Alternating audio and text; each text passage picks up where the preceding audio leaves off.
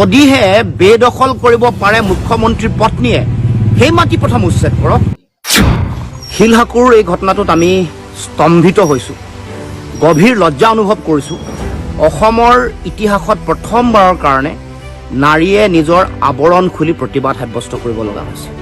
বিজেপিৰ অন্যায় অত্যাচাৰ অবিচাৰ এনেকুৱা এটা স্তৰ পালেগৈ যে নাৰীৰ ভূষণ বুলি অসমৰ সংস্কৃতি বা ভাৰতীয় সংস্কৃতিত যাক কোৱা হয়, কাপোৰ দলিয়াই আজিৰ নাৰীয়ে প্ৰতিবাদ সাব্যস্ত কৰিব লগা হৈছে।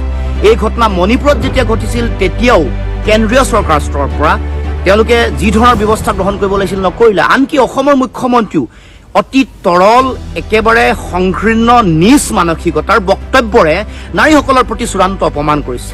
এতিয়া আমি দেখিবলৈ পাইছোঁ যে বিজেপিৰ শাসনত তেওঁলোকৰ খুদ নিজা কাৰ্যালয় অসমৰ সমাজ জীৱনত নাৰী সুৰক্ষিত নহয় আৰু নাৰী তেওঁলোকৰ মান সন্মান মৰ্যাদা সুৰক্ষিত হৈ থকা নাই। আমি তেওঁলোকক এই মৰ্যাদাৰ পৰা আমি সকলোৱে আঁতৰত ৰাখিব লগা এটা পৰিৱেশৰ সৃষ্টি হৈছে। গতিকে আমি ক'ব খোজো যে মুখ্যমন্ত্ৰীৰ পৰিয়ালে এই বেদনা এই দুখ কেতিয়াও অনুভৱ কৰিব নোৱাৰে। যি সময়ত 8 লাখ ভূমিহীন মানুহে তেওঁলোকে মাটি বাৰী হেৰুৱাই থাকিব লগা হৈছে, সেই সময়ত লাখ লাখ বিঘা মাটি ৰামদেৱক এৰি দিবৰ কাৰণে চৰকাৰে সিদ্ধান্ত গ্ৰহণ কৰিছে পাম খেতিৰ নামত, যি পাম খেতিয়ে অসমৰ পৰিৱেশ পাৰিপাৰ্শ্বিকতাৰ ওপৰত ভয়াৱহ প্ৰভাৱ পেলাব। এই কথা মুখ্যমন্ত্ৰীৰ পৰিয়ালে তেওঁলোকে উপলব্ধি কৰিব নোৱাৰিব, কাৰণ তেওঁলোকে বাগানৰ দাম কমাই তেওঁলোকে লাখ লাখ বিঘা বাগানৰ মাটিৰ গৰাকী হ'ব খুজিছে, তেওঁলোকে কিনিব খুজিছে।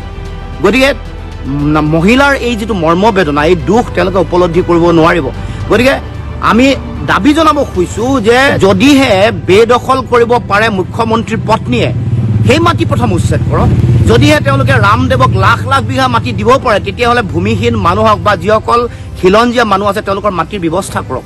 আমি এই বিষয়টোত আমি ক'ব খোজোঁ যে যিসকল ব্যক্তিক প্ৰতিবাদ সাব্যস্ত কৰিবলৈ যাওঁতে এতিয়া কৰায়ত্ব কৰিছে সেইসকলক অতি সোনকালে মুকলি কৰি দিয়াৰ ব্যৱস্থা গ্ৰহণ কৰক। গণতান্ত্ৰিক কণ্ঠক এনেকৈ ৰুদ্ধ কৰিবৰ কাৰণে বল প্ৰয়োগ কৰি তেওঁলোকে কোনো কাম কৰিব নোৱাৰিব।